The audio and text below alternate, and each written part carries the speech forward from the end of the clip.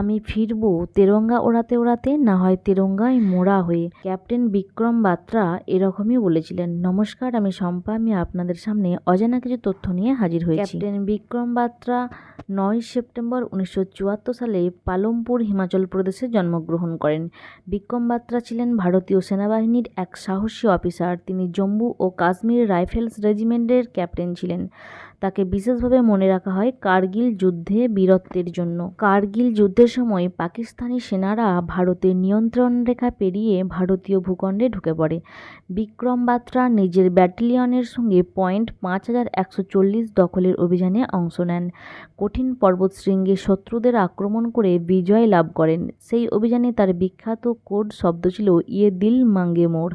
এরপর তাকে পয়েন্ট 4875 পূর্ণ দখলের দায়িত্ব দেওয়া হয়। যুদ্ধের সময় ক্যাপ্টেন বাত্রা তার সৈন্যদের প্রাণ বাঁচাতে গিয়ে নিজেই প্রাণ দেন।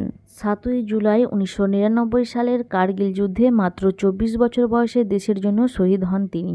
শরীরে জ্বর, ক্লান্তি সত্ত্বেও সহযোদ্ধাকে বাঁচাতে ঝাঁপিয়ে পড়েন এবং শত্রুর গুলিতে তিনি শহীদ হন। ক্যাপ্টেন বিক্রম বাত্রাকে মরণোত্তর ভারতের সর্বোচ্চ গ্যালেন্ট্রি অ্যাওয়ার্ড পরমবীর চক্র প্রদান করা হয়। তিনি আজও ভারতের যুব সমাজের অনুপ্রেরণা। তার জীবন নিয়ে শেরশাহ নামে হিন্দি চলচ্চিত্র তৈরি হয়েছে।